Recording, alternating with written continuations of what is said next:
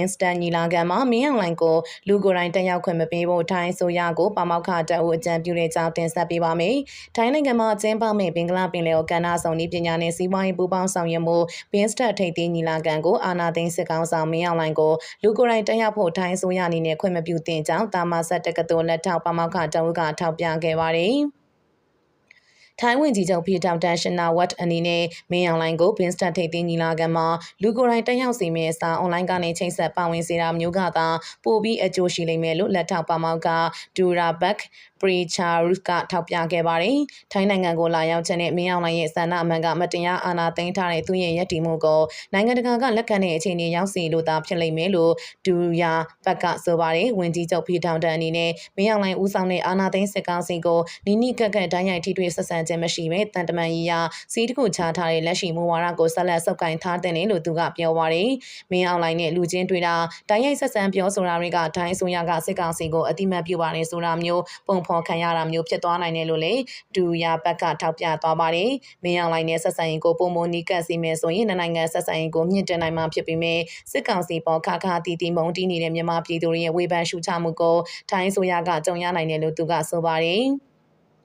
ဒူယာဘက်ကထိုင်းဆိုရအနေနဲ့ Instant ထိပ်သီးညီလာခံကိုအကောင်းဆုံးသုံးချပြီးအရှေ့တောင်အာရှနဲ့အာရှတောင်ပိုင်းဒေသတွေကြားပေါင်းကူးဆက်ဆံမှုတွေကိုမြင့်တင်ဖို့ကမ္ဘာငြိမ်းချမ်းရေးကဏ္ဍအတွက်ပုံမှန်နဲ့ဆိုင်တဲ့အခမ်းကဏ္ဍမျိုးကနေပါဝင်နိုင်ဖို့လှုံ့ဆော်တင်ကြောင်းတိုက်တွန်းသွားခဲ့ပါတယ်။နောက်ထပ်တစ်ပုဒ်အနေနဲ့ငလင်းကြောင့်နေပြည်တော်ရှိလွတ်တော်အဆောင်တွေထိခိုက်ပျက်စီးတဲ့ကြောင်းတင်ဆက်ပေးပါမယ်။ရွှေကောက်ပွဲကျင်းပမယ့်ကာလကိုအာဏာသိမ်းစစ်ကောင်စီခေါင်းဆောင်ထုတ်ပြောလိုက်ပြီး၄ရက်အကြာမှာငလင်းလောက်ကနေပြည်တော်မှာရှိတဲ့လွတ်တော်အဆောင်တွေကြီးကြီးမားမားထိခိုက်ပျက်စီးသွားပါတယ်။အာဏာသိမ်းစစ်ကောင်စီခေါင်းဆောင်ကရွှေကောက်ပွဲကိုအခု2025ခုနှစ်ဒီဇင်ဘာလတတိယပတ်နဲ့စတုတ္ထပတ်2026ခုနှစ်ဇန်နဝါရီလပထမပတ်နဲ့ဒုတိယပတ်တွေမှာကျင်းပဖို့ရထားတယ်လို့မတ်လ25ရက်နေ့ကစစ်ကောင်စီစည်းဝေးမှထုတ်ပြောခဲ့တာပါ။အဲဒီနောက်မတ်လ28ရက်နေ့လယ်ပိုင်းမှာငလင်းနှုတ်ပြီးမန္တလေးစကိုင်းနေပြည်တော်ပဲခူးနဲ့ရှမ်းပြည်ကဒေသတချို့မှာဖျက်ဆီးဆုံးရှုံးမှုကြီးမားခဲ့တာပါ။စစ်ကောင်စီထိန်းချုပ်ထားတဲ့နိုင်ငံပိုင်ရုပ်မြင်သံကြားက ABT ရဲ့ထုတ်ပြန်လာတဲ့သတင်းအရနေပြည်တော်မှာရှိတဲ့ပြည်ထောင်စုလွှတ်တော်ပြည်သူ့လွှတ်တော်မြို့သားလွှတ်တော်အဆောက်အအုံတွေထိခိုက်ပျက်စီးကုန်တာတွေ့ရပါတယ်။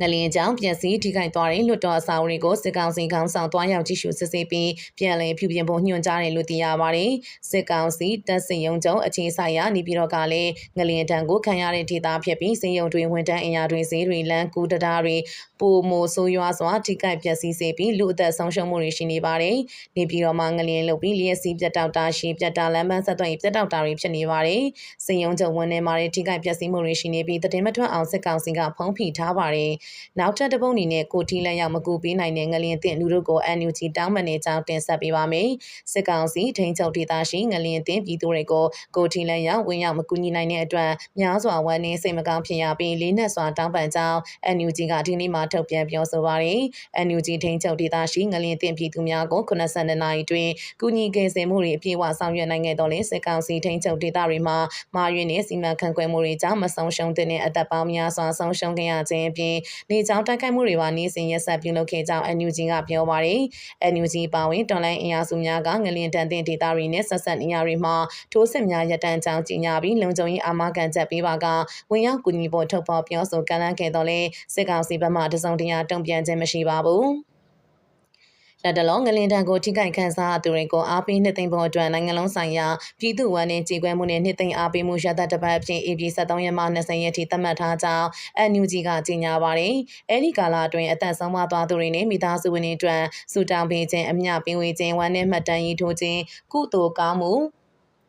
ပြုလုပ်ခြင်းတို့ကို NUG နိုင်ငံခြားရေးဝန်ကြီးဌာနကိုယ်စားလှယ်ရုံးတန်တမန်ရုံးတို့သတ်မှတ်ထားတဲ့စုစည်းနေရာတွေမှာပြည်ရင်းပြည်ပပုံစံမျိုးနဲ့ပြုလုပ်ကြဖို့လည်းတိုက်တွန်းထားပါတယ်။နောက်ထပ်တစ်ပုဒ်အနေနဲ့မင်းတန်နဲ့ကံပလက်ကိုစစ်ကောင်စီပုံချင်းတွေကြောင်းတင်ဆက်ပေးပါမယ်။ချင်းကြီးနောင်တပ်များထိန်းချုပ်ရာချင်းပြည်နယ်မင်းတန်နဲ့ကံပလက်မျိုးကိုမနေ့ကစစ်ကောင်စီကလေကြောင်းနဲ့ပုံချင်းတိုက်ခတ်ခဲ့တာသိရပါတယ်။စစ်ကောင်စီကငလင်ဘေးဒဏ်ကြောင့်နိုင်ငံတော်အစဉ်ဝန်နေချင်းထိမ့်မှတ်သတ်မှတ်ထားတော်လဲ APT ရဲ့မနက်10:00နာရီမှာကံပလက်မျိုးကိုလေကြောင်းနဲ့ပုံချင်းခဲ့တယ်လို့မင်းတန်မျိုးကိုအဲ့ဒီနေ့ညနေ6:25မိနစ်တစ်ချိန်နဲ့ည10:30မိနစ်30တစ်ချိန်တိုက်လင်းရင်းနဲ့ပေါင်900ဘုံနှလုံးကျင်းချခဲ့ကြောင်းဒေသခံတွေကဆိုပါတယ်။မင်းတပ်ဒေသခံတောင်ကညနေပိုင်းတစ်ချိန်ညပိုင်းတစ်ချိန်နှစ်ချိန်လာကျဲတဲ့ဒီနေ့လည်းထပ်လာမှကြောင်နေတဲ့ဘုံလာကျဲလို့လူတော့ထိခိုက်မှုမရှိဘူးအိမ်တွေထိခိုက်ပျက်စီးသွားတယ်။ငလျင်ဘေးကြောင့်တစ်မျိုးသူတို့ကဘုံကျဲလို့တစ်မျိုးစိုးရိမ်နေရတယ်လို့သတင်းဌာနကိုပြောပါတယ်။ လေကြောင်းတိုက်ခိုက်မှုအတွင်းနေအိမ်များထိခိုက်ပျက်စီးမှုရှိခဲ့ပြီးမြို့ပေါ်နေပြည်သူများအနေနဲ့လေကြောင်းအန္တရာယ်ကိုအထူးသတိထားဖို့မင်းတပ်မြို့နယ်ပြည်သူ့အုပ်ချုပ်ရေးဖွဲ့ကအသိပေးထုတ်ပြန်ထားပါတယ်။ချင်းမျိုးသားတပ်ဦး CNF ကငလင်ပေးအန္တရာယ်အရေးပေါ်ကာလအတွင်းစစ်ကောင်စီတပ်အနေနဲ့လေကြောင်းပုံကျဲတိုက်ခိုက်မှုတွေချက်ချင်းရပ်တန့်ဖို့မလ31ရက်မှာထုတ်ပြန်ထားပါတယ်။အလားတူ APT ရဲ့မနက်7:00နာရီခန့်မှာရှမ်းပြည်နယ်နောင်ချုံမြို့နယ်တောင်လာရွာနယ်လွယ်ငင်းကော်ရခါရွာကိုဂျက်ဖိုက်တာဒရုန်းတို့နဲ့တစ်ချိန်စီပုံကျဲတိုက်ခိုက်ခဲ့တာကြောင့်ဒေသခံ9ဦးဒဏ်ရာရခဲ့ပြီးနေအိမ်နှလုံးထိခိုက်ပျက်စီးခဲ့ရကြောင်းပလောင်တောင်မြို့သားလူမျိုးရေးတမတော် TNL ပြန်ကြားရေးဌာနကသတင်းထုတ်ပြန်ပါတယ်။နောက်ထပ်တစ်ပုတ်အနေနဲ့ငလင်အတွက်နိုင်ငံတကာကယ်ဆယ်ရေးလေယာဉ်14စီးထပ်ရောက်လာတဲ့အကြောင်းတင်ဆက်ပေးပါမယ်။နေပြည်တော်စစ်ကောင်စီတပ်လေးစိတ်ကိုအေပီလာ1ရက်မနေ့ကနိုင်ငံ9ခုကကယ်ဆယ်ရေးလေယာဉ်14စင်းထပ်ရောက်လာတယ်လို့စစ်ကောင်စီထိန်းချုပ်ထားတဲ့နိုင်ငံပိုင်မီဒီယာတွေကအေပီလာ2ရက်နေ့မှာဖော်ပြပါတယ်။အဲ့ဒီလျင်နေတဲ့ရုရှားအင်ဒိုနီးရှားထိုင်းဘူတန်ဖိလစ်ပိုင်လာအိုနဲ့ဘင်္ဂလားဒေ့ရှ်နိုင်ငံတွေကကင်ဆယ်ဖွဲ့တွေဆေးဖွဲ့တွေလူသားချင်းစာနာမှုဆိုင်ရာအကူအညီပစ္စည်းတွေနဲ့ဆေးဝါးတွေပါတယ်လို့ဆိုပါတယ်။ရောက်ရှိလာတဲ့ကင်ဆယ်ဖွဲ့တွေကငလင်ဘေးတင်ဒေသတွေကိုအဖွဲ့ခွဲပြီးကင်ဆယ်နဲ့စေကုတာရေးလုပ်ငန်းတွေဆောင်ရွက်မှာဖြစ်ပါတယ်။ကုလသမဂ္ဂအပါအဝင်နိုင်ငံတကာကစစ်ကောင်စီအနေနဲ့ကုညီကင်ဆယ်ဖွဲ့တွေကိုအကန့်အသတ်မရှိလွတ်လွတ်လပ်လပ်သွားခွင့်ပေးဖို့တောင်းဆိုနေကြပါတယ်။ဒီအကြက်တဲကိုနိုင်ငံတကာကအာရုံစိုက်ဖို့လိုအပ်တယ်လို့လူသားချင်းစာနာမှုအကူအညီတွေပေးနိုင်ဖို့အတွက်သက်ဆိုင်ရာဖွဲ့စည်းတွေဘက်ကလည်းလမ်းတွေဖွင့်ပေးဖို့လိုအပ်ပြီးအကူအညီပေးနေသူတွေကိုလည်းပြည်ကင်းလုံခြုံအောင်ဆောင်ရွက်ပေးရမယ်လို့ကုလသမဂ္ဂအတွင်းရေးမှူးချုပ်ရဲ့မြန်မာနိုင်ငံဆိုင်ရာအထူးကိုယ်စားလှယ်ဂျူလီဘီရှော့ကမလ31ရက်နေ့မှာပြောဆိုခဲ့ပါတယ်။ငလင်ကအရင်ကတည်းကဆိုးရွားနေပြီဖြစ်တဲ့မြန်မာနိုင်ငံရဲ့အခြေအနေကိုပုံမဆိုးရွားစေတယ်လို့ပြည်သူတွေကြုံနေရတဲ့ပုံမနဲ့ဆိုင်တဲ့အားနည်းချက်တွေကိုလည်းပေါ်လွင်လာစေတယ်လို့သူကထောက်ပြပါတယ်။နောက်ထပ်တစ်ပုတ်အနေနဲ့ငလင်ဘေးအတွက်ကင်ဆယ်ဖို့အရေးကြီးနေချိန်မှာစစ်ကောင်စီကမိုးညင်းခရိုင်နယ်မှာလေကြောင်းနဲ့ပုံကျဲလို့ထိခိုက်မှုများတဲ့အကြောင်းတင်ဆက်ပေးပါမယ်။ငလင်ဘေးအတွက်ကင်ဆယ်ဖို့အရေးကြီးနေချိန်မှာစစ်ကောင်စီကမိုးညင်းခရိုင်နယ်ကိုလေကြောင်းနဲ့ပုံကျဲတိုက်ခိုက်လို့ထိခိုက်မှုတွေရှိရလို့ဒေသခံတွေနဲ့ခရိုင်နဲ့နှိစက်တဲ့သူတွေစီကသိရပါတယ်။အေဒီလာတရက်နီလေတနိုင်ခွဲဝင်းကျင်မှာလည်းတနိုင်ကနေမြင့်ကြီးနားဘက်ဆင်းလာတဲ့ခီးတဲ့တင် AD ဗန်ကိုမင်းစီတန်းပြည်သူစစ်အဖွဲ့ကဒရုန်းနဲ့နှစ်ခါပုံကျဲတာကြောင့်ရင်မောင်းထိခိုက်ဒဏ်ရာရရှိပြီးကားလည်းပျက်စီးသွားတယ်လို့ဖြစ်စဉ်သိရှိထားသူတောင်းကပြောပါတယ်။မနီကတနိုင်းလမ်းမှာခီးတဲ့တင်ကားလေးတစ်စီးဒရုန်းပုံကျဲခံရတယ်။လဝါရွာဘက်မနီညလေးချောင်းနဲ့ဘုံပြန်လာကျဲတယ်။နေအများစုပျက်စီးသွားပြီလို့သူကပြောတယ်။ဘတ်ဒွမ်ဘန်လဝါဘက်ကဒေသခံတွေနဲ့နွားတွေကိုလည်းမင်းစီတန်ပြည်သူစစ်ဖွဲ့တွေကတပ်ဖြတ်ပြီးစားတောက်ကြတယ်လို့ပြောပါတယ်။တွမ်ဘန်လဝါဘက်ကဒေသခံတွေရဲ့နွားတွေကိုလည်းမင်းစိတန်ပြည်သူစစ်ဖွဲ့တွေကတပ်ဖြတ်ပြီးစားကြတယ်လို့ဆိုပါတယ်။လက်ရှိမှာတနိုင်းလန်တခြားစည်ရင်တင်မာနေပြီးတွမ်ဘန်နဲ့ကွမ်ဆိုင်ယန်ကြမနေ့အီဘီလာတရနေ့မှာတိုက်ပွဲပြင်းပြင်းထန်ထန်ဖြစ်ပွားခဲ့တယ်လို့သိရပါတယ်။မလ31ရက်ညနေပိုင်းက KIA တပ်မဟာရှိ